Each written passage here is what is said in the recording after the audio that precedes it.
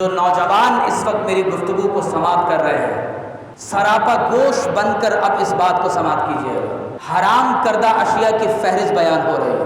فرمایا وَلَا تَقْرَبُوا الْفَوَاحِشَ، فرمایا فحاشی کے قریب بھی مت جانا. اور اس کی دو کیٹیگریز بیان فرما دی. فرمایا ما ظہر منہا وما بطن، فرمایا وہ فحاشی اور وہ بے حیائی جو ظاہر ہو اس کے بھی قریب نہ جانا، اور جو فحاشی اور بے حیائی چھپی ہوئی ہو، بند کمرے میں ہو، یا جس کا ارتکاب تم اپنے قلب و ذہن میں کرتے ہو، فرمایا اس کے بھی قریب مت جانا.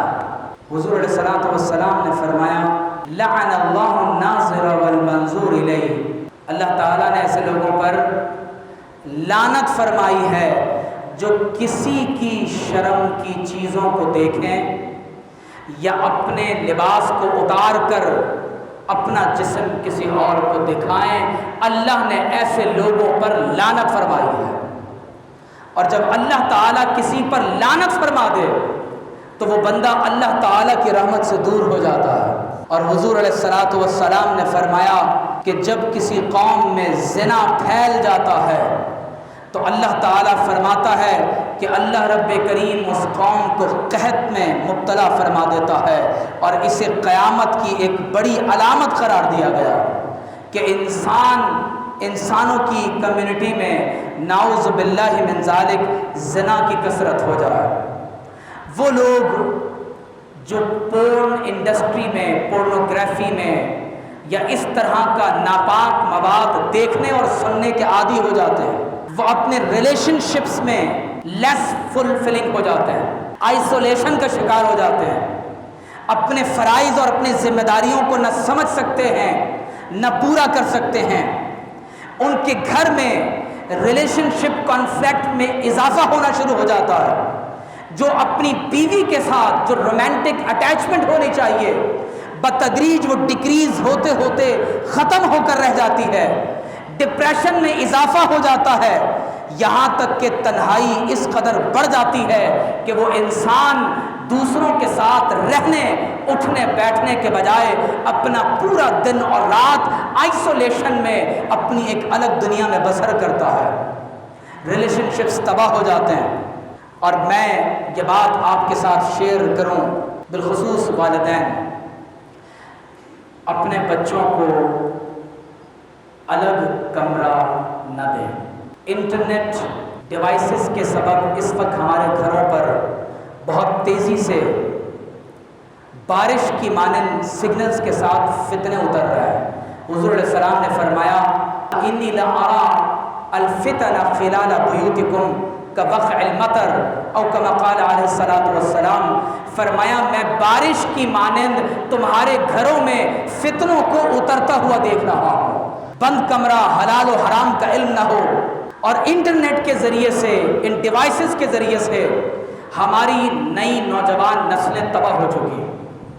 اور اب جو بھیانک صورتحال سامنے آ رہی ہے وہ یہ ہے کہ اس فحاشی اور بے حیائی کے ذریعے سے بتدریج نعوذ باللہ من ذالک لوگ اللہ تبارک و تعالی، اس کے رسول علیہ الصلوۃ والسلام اور مقدس ہستیوں کی شان میں توہین کا ارتکاب کرنے میں مبتلا ہو رہے ہیں.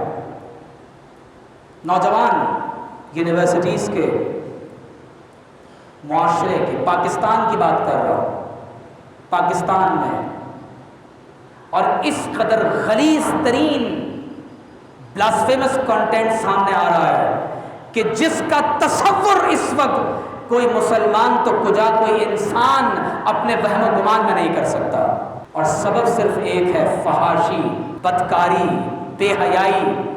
اور اس فحاشی کی ویب سائٹس کو وزٹ کرتے کرتے جب اپنے وجود میں سے ایمان نکل جاتا ہے، حضور علیہ السلام نے فرمایا لا یزنی الزانی حین یزنی فہو مؤمن، جب کوئی زانی زنا کا ارتکاب کرتا ہے تو ایمان اس کے دل سے نکل جاتا ہے. جب بے حیائی کے مناظر دیکھنے والے پر اللہ اور اس کے رسول کی لعنت ہو رہی ہو، جب وہ اللہ کی رحمت سے دور ہو، تو ظاہر ہے کہ پھر شیطان بتدریج اسے کفر اور شرک کی طرف دعوت دیتا ہے. تو لہٰذا اپنی نسلوں کے ایمان کی حفاظت کیجیے، اپنے ایمان کی حفاظت کیجئے، اپنے خاندان کے لوگوں کے ایمان کی حفاظت کیجئے، جو آپ کے گرد و پیش میں آپ کے دوست احباب ہیں، اپنے اور ان کے ایمان کی حفاظت کیجئے، ایسے ذکر کے حلقوں سے جڑ جائیں، ایسا الحاق بالصالحین کر لیں جو اللہ تعالیٰ کے نیک بندوں کے ساتھ ہو، اور کوشش کیجئے کہ یہ ڈیوائسز جو ہم نے اپنے بچوں کو دے رکھی ہیں اس کو پیرنٹل گائیڈ کے ساتھ استعمال کریں، ٹیکنالوجی کا، سوشل میڈیا کا درست استعمال کرنا سیکھیں اور سکھائیں، اور غیر ضروری ایکسیسو یوز نہ کریں۔ اور میں آپ کو یہ بات یقین سے بتاتا ہوں کہ اکثر طلاق کا ریشو، اکثر فیملیز میں طلاق کا ریشو سوشل میڈیا کے استعمال کی وجہ سے، اکثر باپ گھر آتا ہے تو ماں کی شکایت یہ ہے کہ یہ پورا دن بھی باہر رہتا ہے، گھر آ کر کے موبائل پر رہتا ہے، تو گھریلو رشتے تباہ ہو رہے ہیں۔